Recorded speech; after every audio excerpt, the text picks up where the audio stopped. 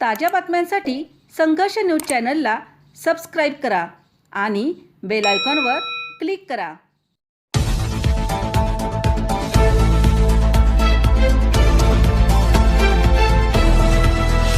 संघर्ष न्यूज, जनतेसाठी एक पाऊल पुढे. आजची सर्वात मोठी बातमी. वारीत पाण्याची टाकी कोसळल्याने मोठी दुर्घटना घडली. कोपरगाव तालुक्यातील वारी ग्रामपंचायतीची पाणी पुरवठा करणारी टाकी रात्रीच्या सुमारास पडली असा अंदाज असावा असे ग्रामस्थांनी सांगितले. पिण्याची टाकी कोसळली असली तरी सुदैवाने कुठल्याही प्रकारची जीवितहानी झालेली नाही.